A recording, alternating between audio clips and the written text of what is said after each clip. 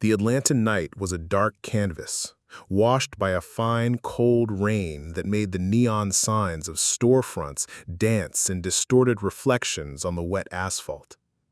It was a kind of melancholy that Darius, Rio Cole, knew well.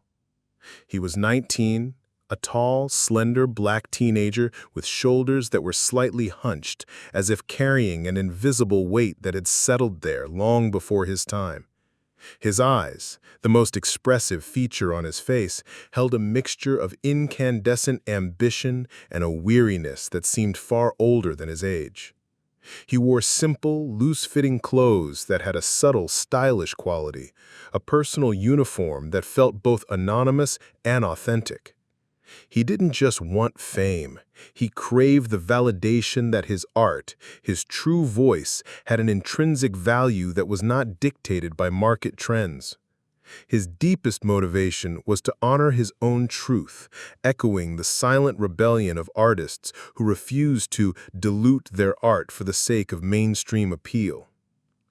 The air inside the dimly lit bar in College Park, a neighborhood steeped in the history of Atlanta hip-hop, was thick with the smell of spilled beer, stale cigarette smoke, and the lingering, humid scent of sweat.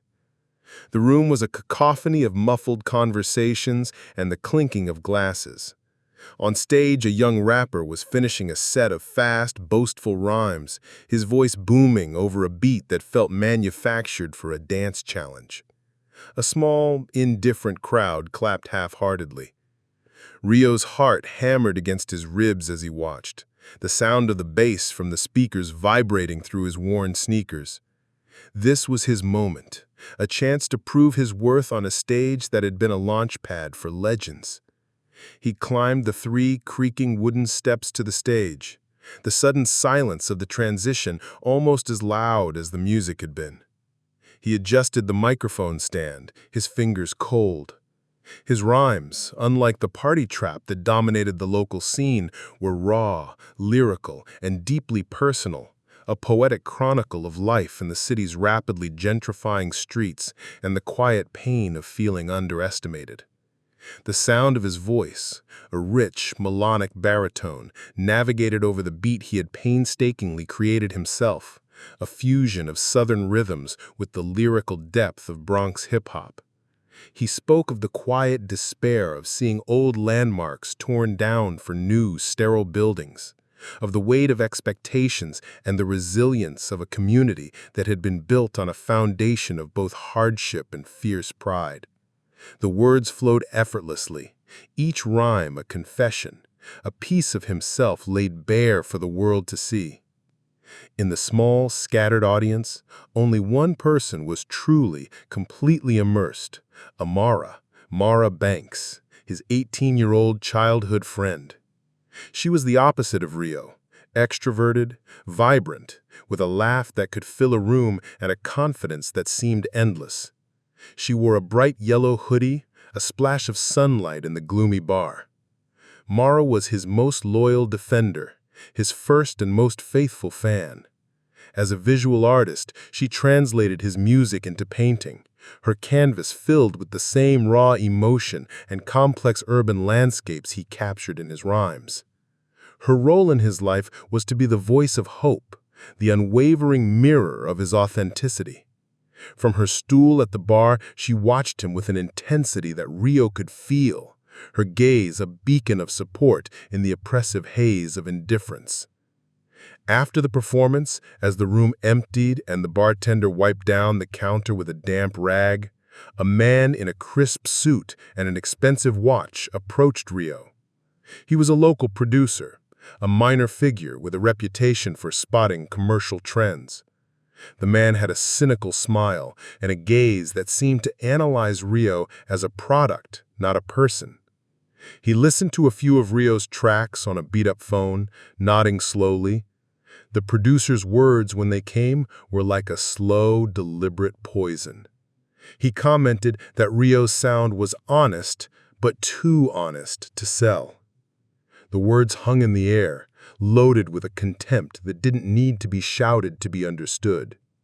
He spoke of a market that demanded music for dance challenges and memes, not for reflection and pain.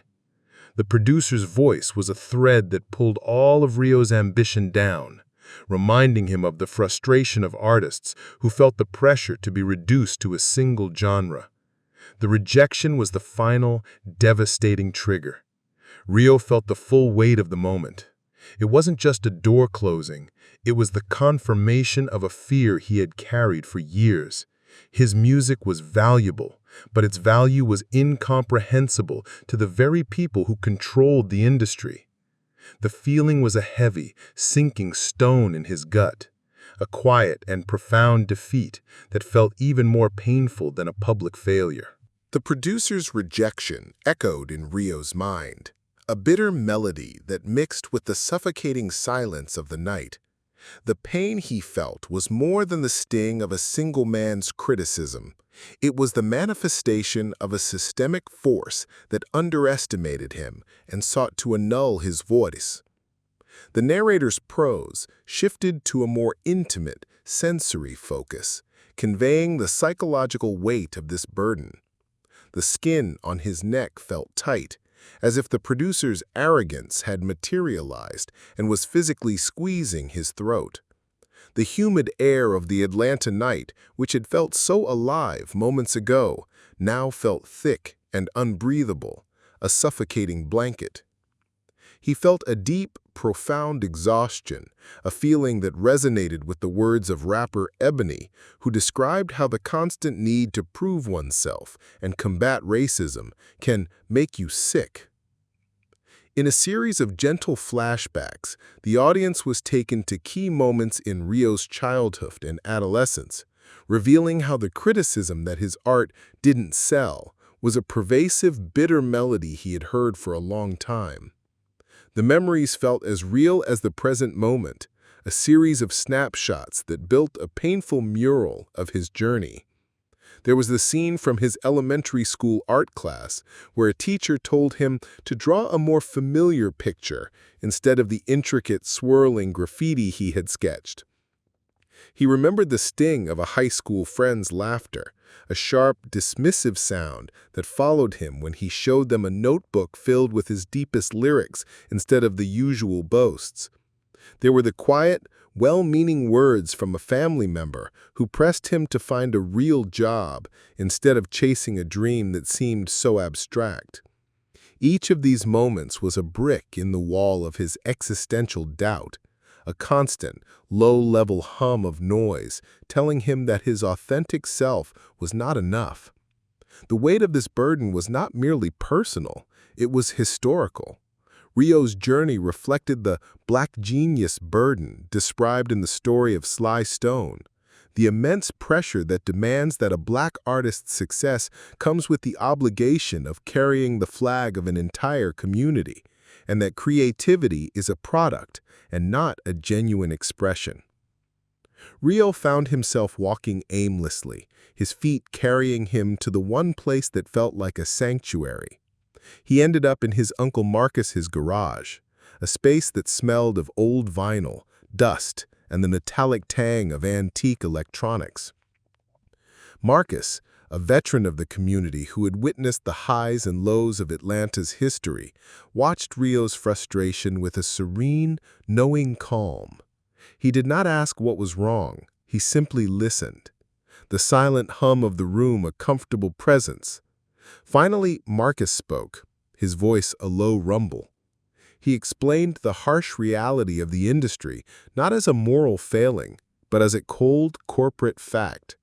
The music industry was a near oligopoly, with a handful of conglomerates controlling the majority of the market. The criticism Rio had received wasn't personal. It was just a corporate drone trying to fit a round peg into a square hole. Marcus reminded him of the importance of unity and knowledge, a philosophy that Taíde, a Brazilian rapper, also espoused, arguing that the lack of information and solidarity within the community can be a greater problem than racism itself. Rio, his voice barely a whisper, confessed his doubt, asking if he should change his style to fit in. The narration explored the stark contrast between his desperate ambition and his corroding self-respect. He thought of Kendrick Lamar's warning against crazy artists who use other people's music for their approval, stifling their own creativity by focusing on the numbers and formulas of others. Rio knew that if he changed, he would become a crazy artist, losing his essence and betraying himself. The thought was a more bitter poison than the producer's rejection. He had to be himself, he decided, even if it meant being silenced. The fight wasn't against the producer.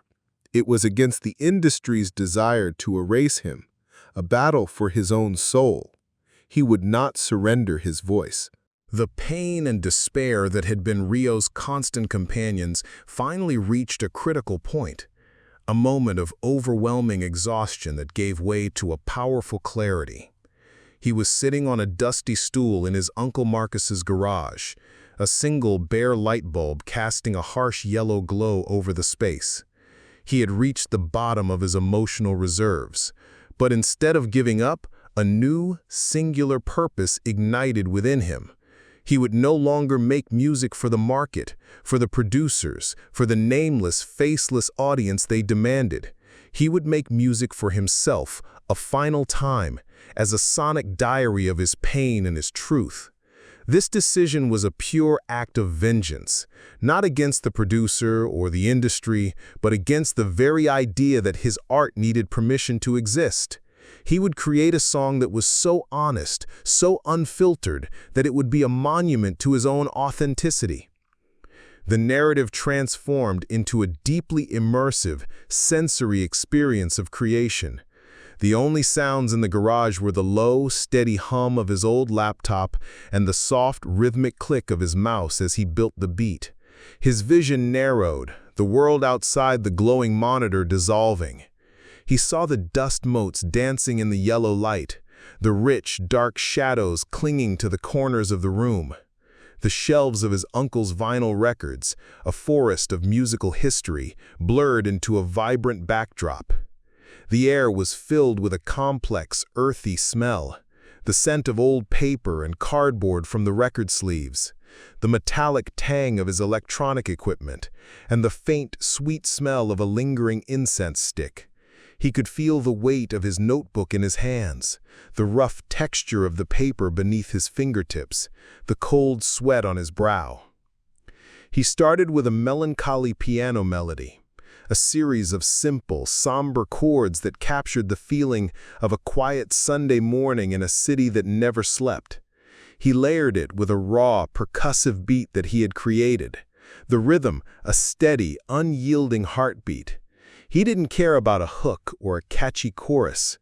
Each word he wrote was a confession, each beat a pulse of his own heart. He wrote about the silence that followed a rejection, the pressure of being a young black artist in an industry that commodified pain, and the resilience of a spirit that refused to be broken. The process was a form of therapy, a purification. The song was a reflection of his life in Atlanta, a social and historical chronicle that aligned with the true essence of trap music and hip-hop. It was a protest, a prayer, a memoir. He worked for hours, lost in the rhythm and the flow of his own creation, the outside world ceasing to exist. The song was a masterpiece, not because it was polished or perfect, but because it was honest. And in that moment, its honesty was the only thing that mattered. When he finally finished, a profound sense of relief washed over him. The track was done. He listened to it one last time, the sound of his own voice a source of pride, and then, without a second thought, he uploaded it to TikTok. He didn't use a catchy hashtag or a viral sound. He simply posted it with a caption that read, "My Story." The music was released into the vast, indifferent digital ocean, a lonely cry in a sea of noise, without any expectation of a response. It wasn't a commercial gamble. It was an act of liberation. He had finally let go of his art and allowed it to exist on its own terms. He didn't check the app the next day or the day after that. He had done what he needed to do. He had spoken his truth, and that was enough. The ascent of Rio's song from obscurity to a global sensation was not a miracle, but a chain reaction ignited by its sheer, raw authenticity. The TikTok algorithm, a mysterious and powerful force, is built to give a voice to new talent, and it caught the snippet of Rio's song that was particularly captivating. It wasn't a dance chorus or a meme-friendly hook, but a deep reflection on the heavy burden of being an authentic Black artist in a commercial world. The lyrical vulnerability spoke a universal language of struggle and resilience. The journey of the song began quietly. A local influencer in Atlanta, known for their personal and reflective videos, used the song in a clip about the pressure of feeling different. The sound spread quickly, like a wildfire across a dry field. Soon, users were creating their own videos, overlaying Rio's track on their personal stories of overcoming challenges and defying expectations. The comments on these videos were a chorus of shared understanding, with users connecting with Rio's message. People were looking for songs that send a positive message and spoke about real-life experiences and not a bunch of illusion. Rio's music, with its raw honesty, was precisely what they had been searching for. The sound resonated with a global audience, proving that true art, with its deep message and emotional weight, could be a universal language. The views and shares skyrocketed, a dizzying climb that Rio was initially unaware of. The low, melancholy chords of his beat became the backdrop for countless videos, from introspective vlogs to powerful declarations of self-acceptance. The narrative captured Rio's dazed disbelief, Amara's ecstatic joy, and Uncle Marcus's quiet, knowing satisfaction. The same producer who had dismissed him as too honest to sell was now calling his phone incessantly, his tone alternating between insincere flattery and panicked demands. The same streaming platforms that had ignored his submissions were now featuring him in their most prominent playlists, his song a surprise breakout hit. Rio's revenge was not anger, but the pure poetic irony of the situation. What was deemed commercially worthless proved to be the most valuable and necessary voice in the digital age. The song's viral success demonstrated that authentic music could become a commercial hit without compromising its artistic integrity, validating Kendrick Lamar's thesis that originality and one's own voice are what truly keep the game alive. The triumph also showcased the democratic power of TikTok, which reshaped the music industry's traditional power structure, giving a global platform to an independent artist. Rio's story was no longer a personal battle. It was a testament to the power of authenticity in a world obsessed with manufactured perfection. The song was a beacon of hope, proving that a silenced dream could find its voice and echo across the world.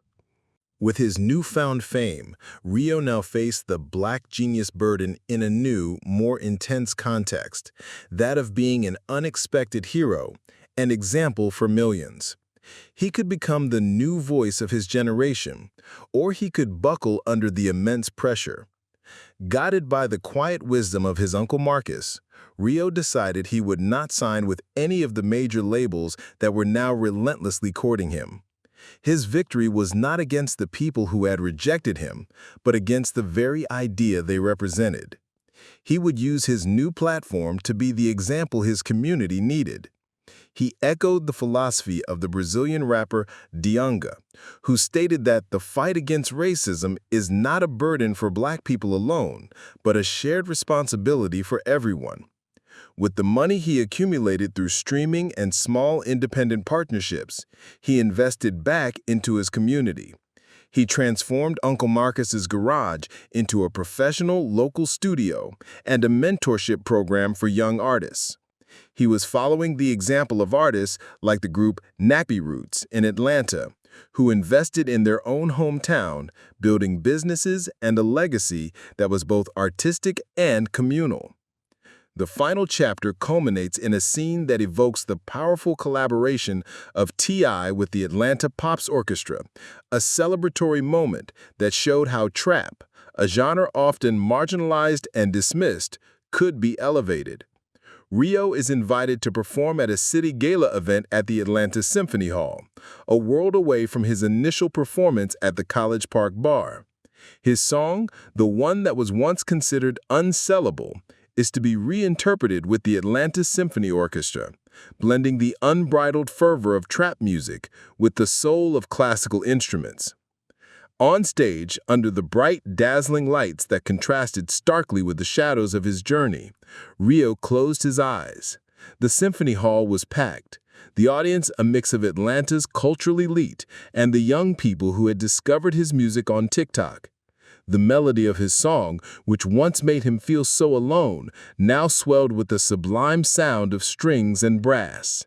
The intricate sound of his own beat, once dismissed as too complex, now blended perfectly with the powerful swell of the orchestra. It was a fusion of two worlds, a testament to the fact that authentic art, no matter its origin, could transcend all boundaries. Rio's revenge was not fame or fortune, but the profound validation that his art was enough on its own. The final scene is a silent, overwhelming victory of authenticity over commercialism, of resilience over defeat. His music did not just sell, it transformed. The narrative ends with a reflection on how the voice of a young man who refused to be silenced became a symphony that echoed throughout the city and far beyond, building a new reality and a new identity for himself and his community. His story, told through his music, became a powerful reminder that the deepest and truest melodies rarely fit into a predefined formula for success.